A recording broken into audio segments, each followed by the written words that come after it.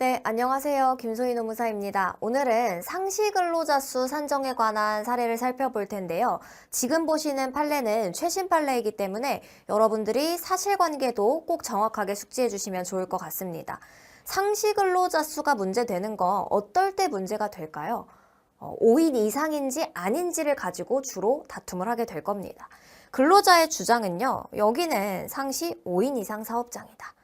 그리고 회사는 상시 5인 미만 사업장이다 라고 주장하게 되는 거죠. 그럼 5인 이상인지 미만인지를 가지고 법적 분쟁까지 갈 만한 실익은 무엇이 있을까요? 가산수당, 연차수당을 5인 이상 사업장이니까 지급해야 된다. 회사는 뭐예요? 우리 5인 미만 사업장이야. 가산이나 연차수당 5인 미만이니까 발생하지 않아 라고 문제가 발생하게 되는 거죠. 그랬을 때 여기서 추가적으로 알고 계셔야 될 사실관계 한번 보시면요. 명확하게 만약에 이 회사에 근로계약을 체결하고 있는 근로자들이 5명 이상이면 어때요? 그냥 5인 이상 사업장이에요. 근데 여기서 문제가 됐던 건 근로계약서를 체결한 인원이 5명 이상인지 불분명했고요.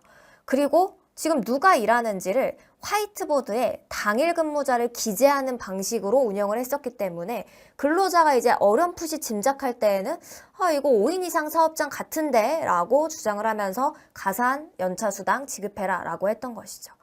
그러면 여기서 여러분들이 궁금증이 하나 좀 생기셔야 되는데요. 근로계약서 체결 인원이 왜 5인 이상인지 불분명했을까요? 물론 근로계약을 명확하게 체결하지 않아서 그런 것도 있을 텐데요. 여기서는 요일에 따라서 순환근무하는 요식업이라든지 서비스업 아니면 숙박업 이런 데에서는 여러분 근로자들이 주 5일만 근무하지 않죠. 그러니까 우리 회사에 똑같이 같이 일하는 근로자지만 내가 혼자 일한다면 정확히 우리 회사의 근로자 수가 몇 명인지 근로자 입장에서는 어때요? 알지 못하게 되는 겁니다. 그래서 상시 5인 이상 미만이다 라고 하면서 다투게 되었던 건데요. 쟁점 한번 살펴보시면 상시 5인 이상 사업장에 해당하는지가 문제가 되는 겁니다. 왜요? 근로자가 뭐를 청구했다고요? 가산수당, 연차수당. 가산수당, 연차수당을 지급할 수 있으려면 어떻게 돼야 됩니까? 상시 5인 이상 사업장에 해당이 돼야 됩니다. 근데 상시 5인 이상 사업장인지 아닌지에 대해서 어떤 부분이 구체적으로 또 쟁점이 되었냐면요. 휴일이나 비번으로 근무하지 않은 자를 근로자 수를 산정하는 인원에 포함해야 되는지가 문제가 된 겁니다. 여러분, 상시 근로자 수 산정 어떻게 하나요? 해당 일 기간 동안에 총 근무한 연 인원을 그 인원을 일수로, 가동일수로 나누어서 산정하죠. 근로자 입장에서는 여러분 여기가 숙박업이었는데요. 조금 작은 모텔이었기 때문에 야간에 근로자가 그냥 혼자 근무를 합니다. 그랬을 때 지금 나 혼자 근무하죠. 그러면 오늘 밤에 근무하고 있는 자는 누구예요? 나밖에 없어요. 근데 우리 회사의 근로자가 나밖에 없어요? 그건 아니죠. 다른 근로자들도 계약을 체결하고 일은 하고 있는데 오늘 안 나온 거죠. 근로자 주장은 뭐예요? 휴일, 비번으로 일하지 않은 자를 이 연인원 계산할 때 어떻게 해야 된다? 포함해야 된다. 회사 주장은 뭡니까? 휴일 비번으로 일하지 않은 자는 포함 안 돼. 오늘 하루 봤을 때 오전 1명, 야간에 너 1명, 우리는 상시 2인의 사업장이야. 이런 식으로 주장이 두고 있었다라는 거죠. 그랬을 때 판례 내용 한번 먼저 보시면요.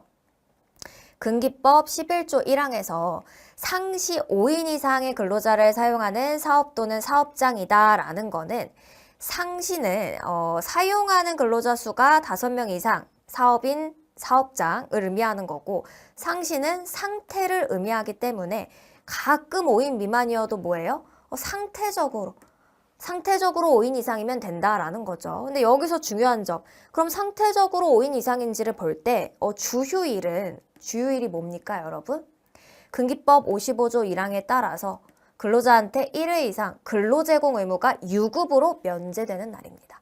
그러니까 어떻다? 원래부터 근로제공 의무가 없는 날이기 때문에 상시 근로자 수를 산정할 때 어떻다? 이 연인원에 일별 근로자 수에 휴일로 쉰 자를 포함해서는 안 된다라는 거죠. 구체적으로 더 들어가 보면요. 매월이라는 거는 여러분 백화점 근무자 한번 생각해 보시면 알 텐데 일반 사무직은요, 뭐 토요일, 일요일 이렇게 정해져서 쉬지만 이렇게 교대로 순환 근무하시는 분들은 백화점은 월 8일 뭐 이런 식으로 쉬게 됩니다.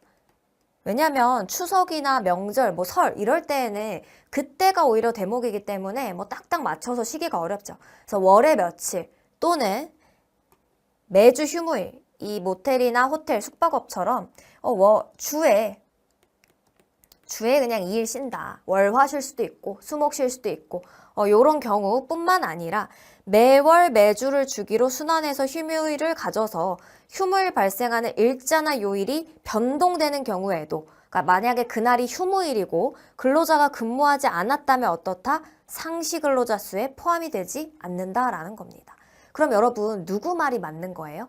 이 연인원을 계산할 때 화이트보드에 이렇게 해가지고 월화수목금, 여러분 그 칠판형 화이트보드 아시나요?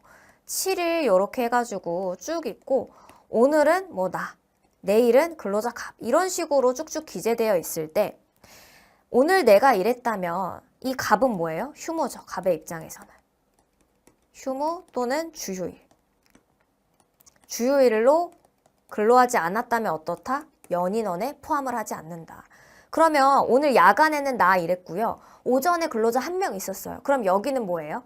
5명이서 돌아가면서 일하지만 상시 몇 명인 사업장이다? 2명인 사업장이다. 이렇게 볼 수 있는 겁니다. 그래서 여기서 다시 한번 쟁점이 됐던 건 상시 5인 이상 사업장에 해당하는지와 관련해서 휴일이나 비번으로 그날에 근무하지 않은 자를 연인원 산정에 어디에? 분자에 포함시켜야 되는지가 문제됐던 판례다. 이렇게 기억을 해주시면 되겠습니다.